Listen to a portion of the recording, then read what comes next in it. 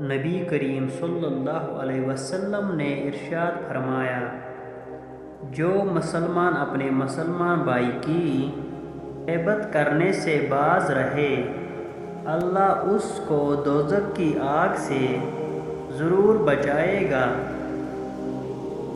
اسامہ بن زید رضی اللہ عنہما کہتے ہیں کہ میں ایک رات کسی ضرورت سے نبی اکرم صلی اللہ علیہ وسلم کے پاس آیا۔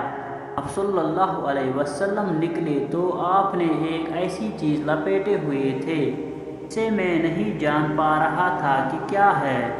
پھر جب میں اپنی ضرورت سے فارغ ہوا تو میں نے عرض کیا، یا رسول اللہ صلی اللہ علیہ وسلم، یہ کیا ہے جسے آپ لپیٹے ہوئے تھے؟ تو آپ نے اسے کھولا۔ حسن اور حسین رضی اللہ عنہما تھے۔